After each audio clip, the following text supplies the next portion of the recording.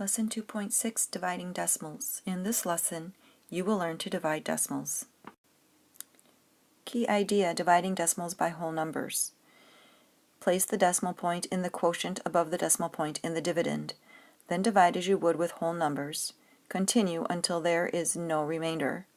And you can see an example there where the decimal in the dividend and the decimal in the quotient are directly lined up. Example 1, dividing decimals by whole numbers. Find 7.6 divided by 4. 7.6 divided by 4. The decimal in my dividend is between the 7 and the 6, 7.6, so that is exactly straight above is where I'll put it in my quotient. Now I can divide as normal. Dirty monkeys smell bad helps me remember. I divide first. How many 4s are there in 7? There's 1. Multiply. 4 times 1 is 4. Subtract. 7 minus 4 is 3. And bring down. The next number is 6. Repeat. Divide again. 4 into 36, 9 times. Multiply. 4 times 9 is 36. Subtract. There's nothing to bring down and no remainder, so my answer is 1.9. To check and see if this answer is reasonable, I look back at my problem and say that 7.6 is close to 8 divided by 4. I know that basic fact is 2. 2 times 4 is 8. 1.9 is close to 2, so my answer is reasonable. Looking at problem B, 4.38 divided by 12. The decimal is right here between the 4 and the 3, putting it directly above for my quotient. And then I begin. How many 12s are there in 4? There are no groups of 12 in 4. How many groups of 12 are there in 43?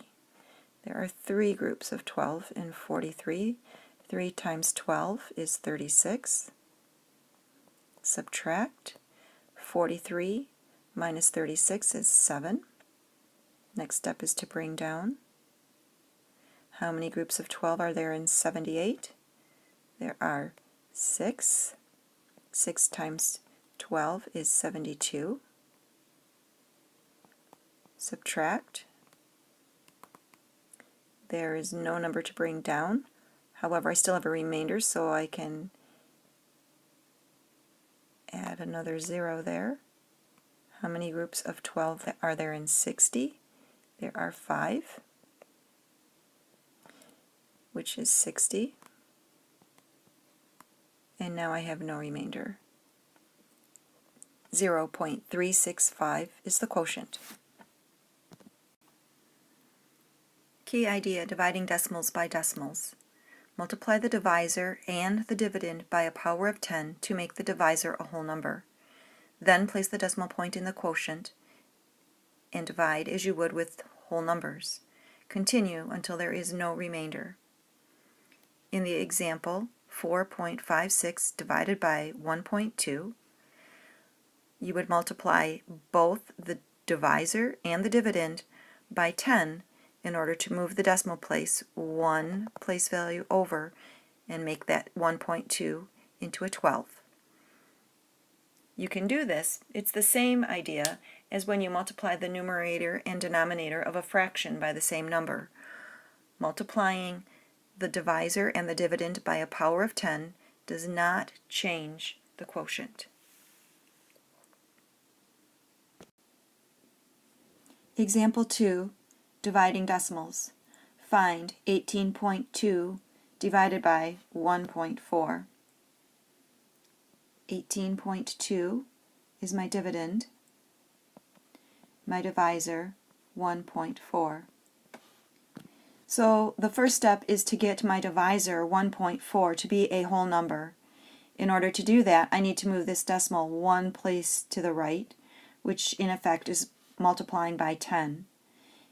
Doing that multiplication of 10 to my divisor means that I also need to do that to my dividend. Multiplying by 10 to my dividend changes the decimal 1 to the right, changing 18.2 into 182. So technically there is a decimal here now. Since it's at the end of a whole number, it's not necessary, but for our practice here, I'm going to put the decimal straight up because that's where it would go if it were not at the end of a number. You would still move it straight up. So now my problem has become 182 divided by 14, and I can divide as usual. Looking at my divisor 14, I know there are no groups of 14 in 1, but in 18 there is one group of 14. 14 times 1 is 14. Subtract. 18 minus 14 is 4. And bringing down that 2, 14 goes into 42 3 times. 3 times 14 is 42. Subtract. There's nothing more to bring down. So I technically could put a 0 here. There are no groups of 14 left. 13.0 and 13 are both equivalent. 13, 13.0. So that is not necessary, but it is okay if you'd like to put it there. Checking my work now just to make sure this is accurate, I could say that 13 times 1.4 hopefully will get me back to 18.2 if I changed my divisor back to 1.4. So 4 times 3 is 12. Regrouping up, 4 times 1 is 4, plus 1 is 5. My place value for the tens. 1 times 3 is 3, and 1 times 1 is 1. Adding now, 2 plus 0 is 2, 5 plus 3 is 8, and 1 with nothing else brings down 1. Now keeping in mind when I'm multiplying, I'm going back to the factor that has the decimal, and there's only 1 this time, and it's 1 place value. So I come back down to my product and move my decimal 1 place value. And I have 18.2, which is where we started. So that quotient checks. Question B, find 0.273 divided by 0.39. That's 273 thousandths divided by 39 hundredths. 0.273 divided by 0.39. It's important that you remember in division, as in subtraction, that the order matters. So when you're dividing by something, that is the divisor that you need to put on the outside of the radical sign. Now I'm looking at my divisor, 0.39 or 39 hundredths, and I have to move that decimal so that the 39 becomes a whole number. I can do that by multiplying by 100, which moves my decimal 2 to the right. Doing that to the divisor means I also need to do that to my dividend. Moving that 2 decimal places to the right brings it in right there and makes my dividend now be 27.3. And it's okay to have a decimal in my dividend. It's the divisor that we want to be a whole number. So now my problem has become 27.3 divided by 39. I know there are no groups of 39 in 0, and there are no groups of 39 in 2, and there are no groups of 39 in 27. But I know there are some groups of 39 in 273, and I believe there are 7. And the reason I think that is because I know that 7 times 9 is 63, and that would give me the ending number, so I just need to verify the rest. So 39 times 7, 63, 21 plus 6 is 27. 39 times 7 is 273. Subtract, nothing more to bring down. So the quotient for this problem is 0.7, and I really should put a 0 in front of the decimal just to hold that place value, because a decimal is sometimes easy to overlook, and it may look like a 7 there if I don't have that decimal place there. Example 3, inserting zeros in the dividend and in the quotient. Divide 2.45 divided by 0.007. Again, 2.45 is my dividend, my divisor 0.007.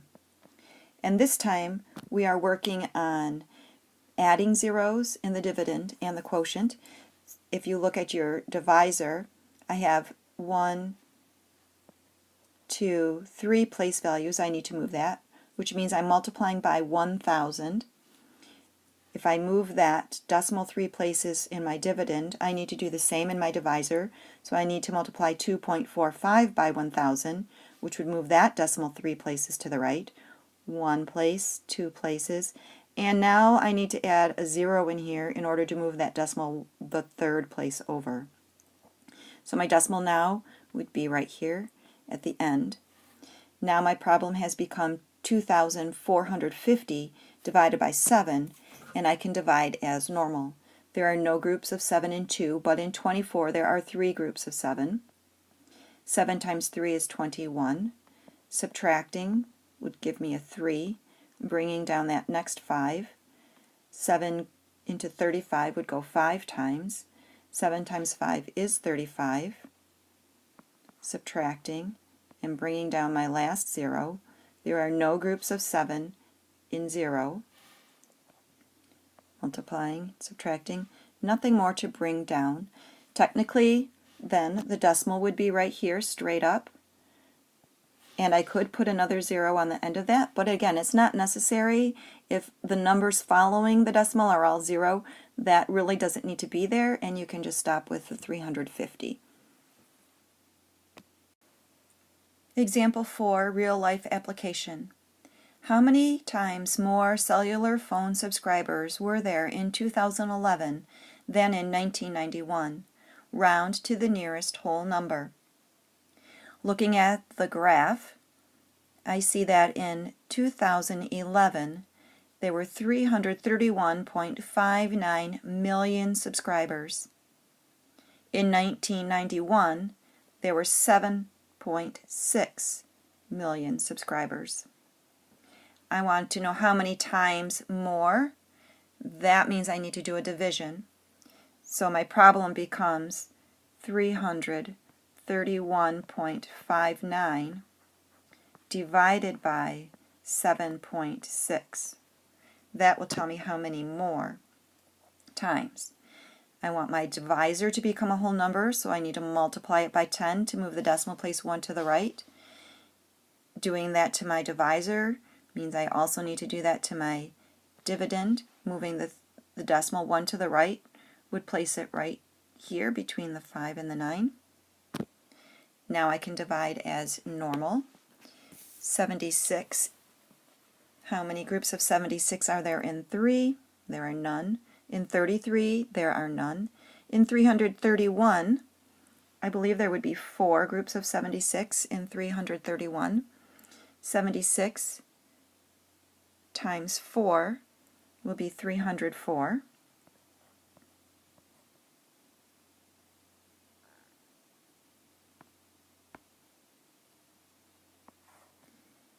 Subtracting 331 minus 304 would give me 27. I would need to regroup here. Bringing down my 5. How many groups of 76 are there in 275? I believe there are 3. 3 times 76 is 228. Regrouping here.